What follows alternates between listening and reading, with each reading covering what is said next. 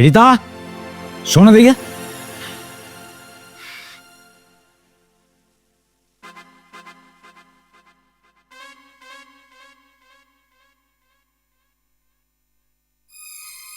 বলছি, তুমি নাকি সবাইকে বলে বেড়াচ্ছ যে এই পেটের বাচ্চা আমার?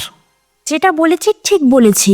স্বামী মরে যাওয়ার পর আমি তো অন্য কারোর সাথে থাকিনি, সবসময় তোমারই সঙ্গ দিই। এই বাচ্চা তো তোমারই। কিন্তু আমি তো কখনো হেলমেট ছাড়া গাড়ি চালাইনি। ভুলে গেলে? খুব গরম লাগছিল বলে একদিন হেলমেট ছাড়াই গাড়ি চালালে।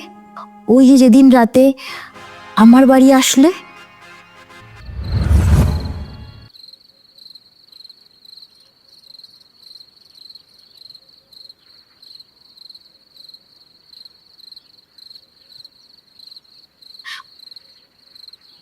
এ কি, তুমি এমন সময়?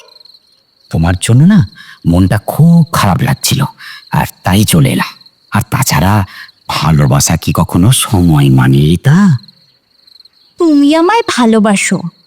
এই যে তুমি আমায় ভালোবাসো, এই কথাটা যদি তোমার বউ জানতে পারে তাহলে কি হবে ভেবে দেখেছো? তোমার আবার এক কথা, বউ হলো ঘরের জিনিস, ঘরের জিনিস ঘরে থাকবে, আর আমি বাইরে কি করব না করব সেটা সম্পূর্ণ আমার ব্যাপার। তাই বুঝি? আচ্ছা, আজকে যে তোমার আমার কারেন্টের বিলটা দেওয়ার কথা ছিল, সেটা কি দেওয়া হয়েছে? যে আমার জীবনটাকে একেবারে আলো করে রেখেছে, তার বাড়ি কি আমি কখনো অন্ধকার রাখতে পারি? কারেন্ট বিল আজ মিটিয়ে দিয়েছি। তাহলে এসো, যার জন্য এসেছো সেই আশাটা পূরণ করে দিই।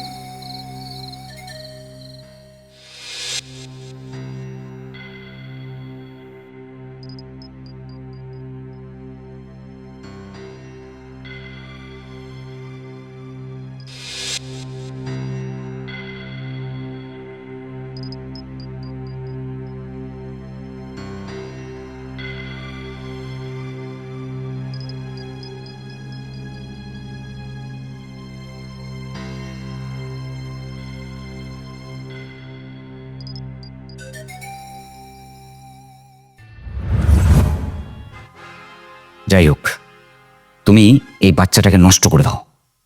দেখো, আমার সংসার আছে, এটা জানাজানি হয়ে গেলে আমার সংসারে অশান্তি হবে। কথাটা যে আমি ভাবিনি তা নয়, তোমার কথা আমি রাখতে পারি, তার জন্য যে তোমাকে আমাকেও কিছু দিতে হবে। বেশ, তো বলো আমাকে কি দিতে হবে।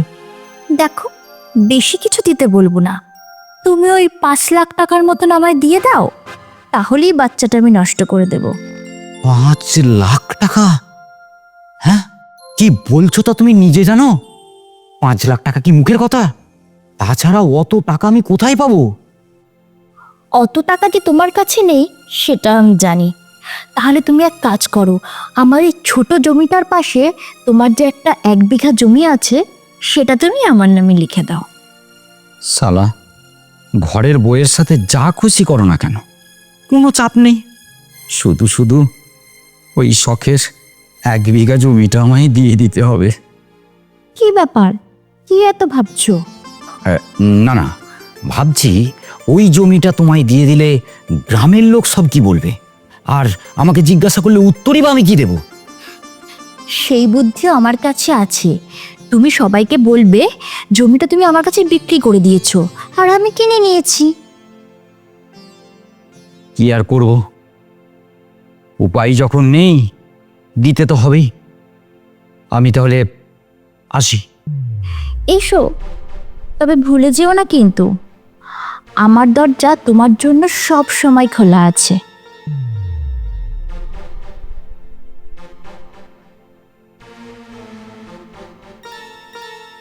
সালা, বিধবা বইয়ের পেটে বাচ্চা এলো, আমি যেমন তেমন ঠিক হয়েছে।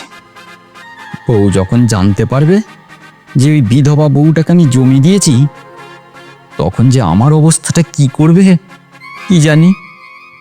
সালা, সেদিনের স্বপনের কথাই কি সত্যি হয়ে গেল? সেদিন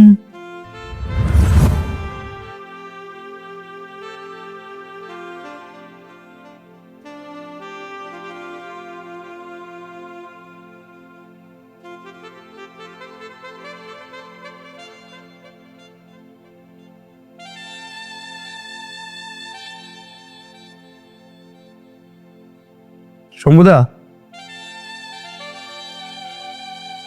কি ব্যাপার রে, কিছু বলবি? এটা আপনি কি করছেন দাদা?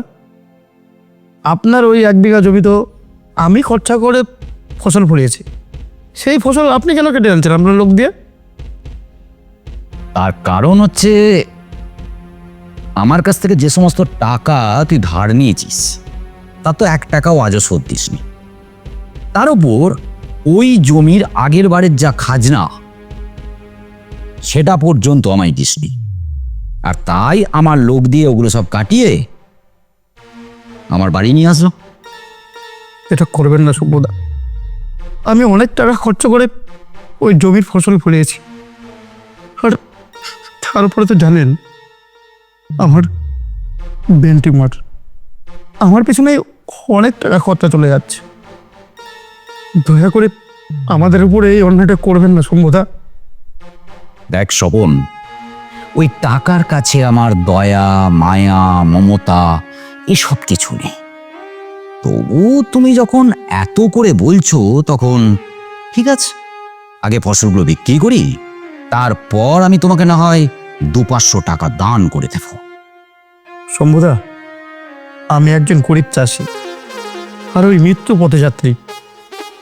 আপনার বাড়িতে দাঁড়িয়ে আজকে আমি একটা কথা বলে যাচ্ছি, ওই 1 বিঘা জমির ফসলের জন্য এই গরিব চাষিকে যে কষ্টটা দিলেন, তার জন্য একদিন ওই 1 বিঘা জমির জন্য আপনাকেও চোখের জল ফেলতে হবে, আপনাকেও চোখের জল ফেলতে হবে।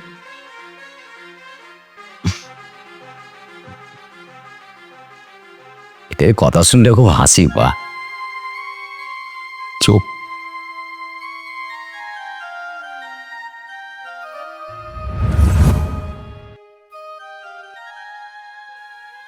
স্বপন রে, তুই স্বর্গ থেকে চেয়ে দেখ, ওরে আমি তো শুধু তোর জমির ফসলটা নিয়েছিলাম, আর তোর বউ আমার জমিটাই নিয়ে নিল রে।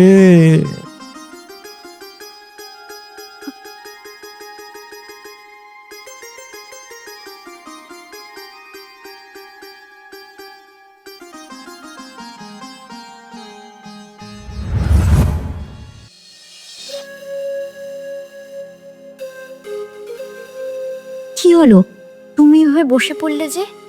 কি বললেন শম্ভুবাবু?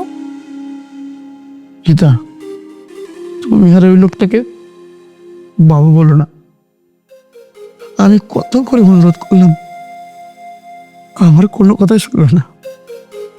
জানো, টাকা না দেওয়ার জন্য আমার ওই কষ্ট করে ফসলটা এটা নিয়ে গেল।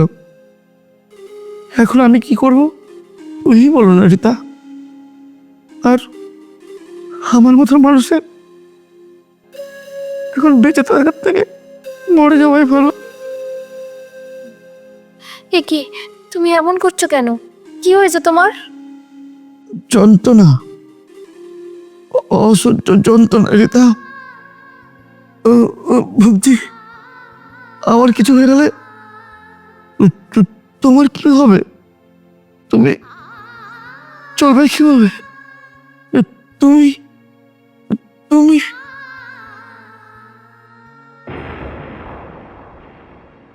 এই, কি হয়েছে তোমার? কথা বলছো না কেন?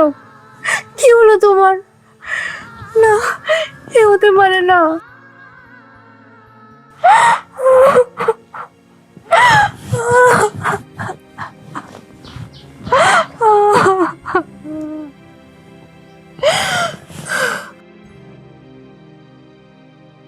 আমি তোমার গা ছুঁয়ে প্রতিজ্ঞা করলাম, যার জন্য আমি আজ তোমায় হারালাম, যার জন্য ওই জমির ফলানো ফসল তুমি আজ বাড়িতে নিয়ে আসতে পারলে না, সেই ফসলের জমি আমি ওই জানোয়ারের কাছ থেকে আদায় করবই। এই আমার প্রতিজ্ঞা।